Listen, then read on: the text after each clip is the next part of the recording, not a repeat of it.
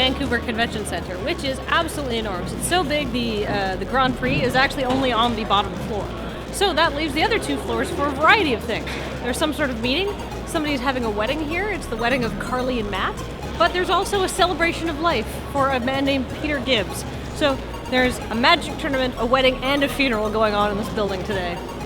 On behalf of my co-organizer Mike McPhee, my name is Jason Ness with West Canada Events. It's our pleasure to welcome you here this weekend. We hope it's a great tournament for you.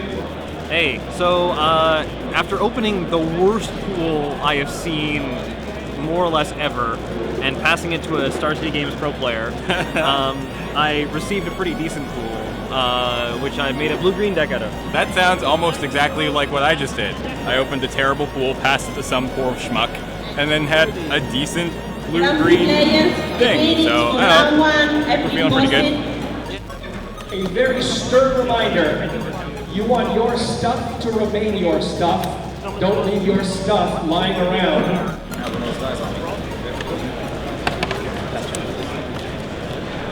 So round 3 just ended.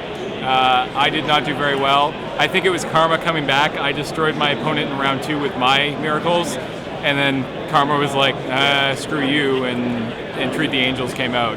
With I can't remember the name of that angel. The 4-drop, +1/+1 to all your other angels.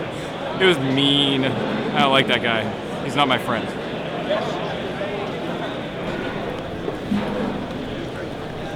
So, as surreal as it seems, because I don't even know, I went 7 wins, 1 loss, 1 draw today to make day 2. So I get to come back and draft tomorrow, which is going to be crazy. I don't even know what to say. So, you'll certainly see some of it, I hope. I ended 6-3, lost to like a super nuts red-white deck in round 8, and then came back around round 9. So after a while, it's not bad. So after ending up 3-3, which is no chance of making day 2, I decided to do what Jaren James did at GPC Tag and just play out the rest of the day because I was having fun. I wanted to play. Ended up playing against Zane Begg from Channel Fireball. Ended up 6-3 at the end of the day. So yeah, had a lot of fun doing that. And I bought a piece of original art because Chris Runn, who did the art for Golden Knight Commander, was here selling original oil paintings, which just look gorgeous. So I've got one of them. So even though I had to pay a lot for that, I feel like I won something, kind of. I'm just happy. Whatever, I will try and get there. If I win 1 more, I prize, which is something. And I got 2 games left. Regardless, I feel like I've done a very good job here, like way better than I had ever expected, so nothing to complain about.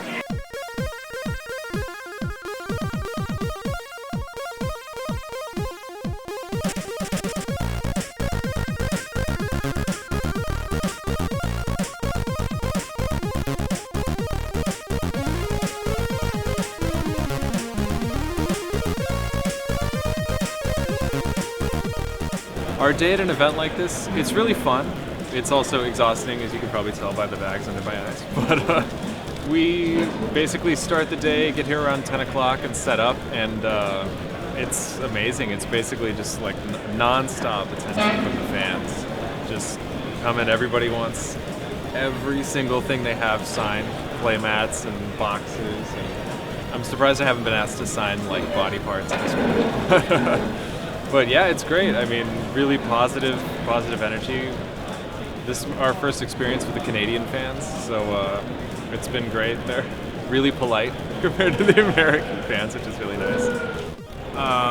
Getting up at 7 a.m. in the morning and leaving at 11. I wasn't heading home until 11:30 last night. I love the atmosphere, all the players getting together from all over, and lots of different people. That's one of my more favorite things about working the GP.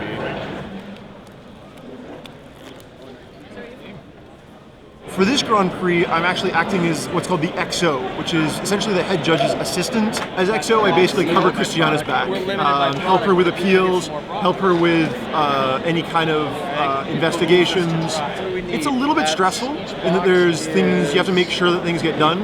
We had a bunch of interesting scenarios, a lot of soul bond miscommunications, did triggers happen, etc. But nothing wild and crazy. So we turn up somewhere between 7:30 and 8 a.m. We do a quick meeting with the whole staff before dividing into teams who have different roles on the event. And then on a limited event like this, we spend the next sort of half hour numbering all the tables, sorting out all the products, and making sure that when the players come into the room, everything is ready for them to start the event as soon as possible. We have a whole range of tasks. The most obvious one is obviously answering calls and deck checks.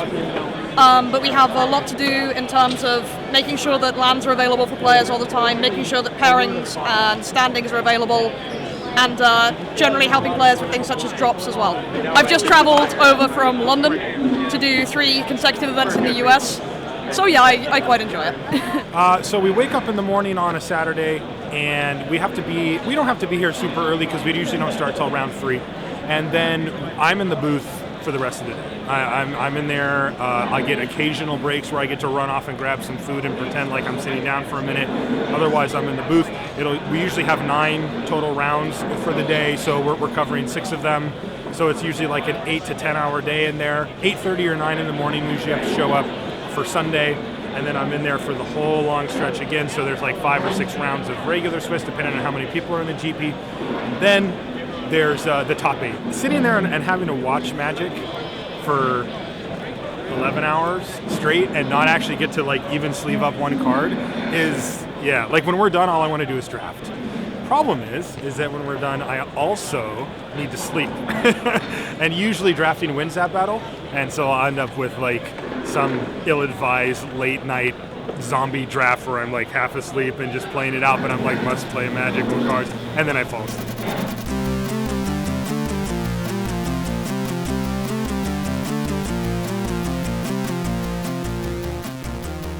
I was going to ask, what's the strangest thing you've been asked to sign? I don't think I've signed a person.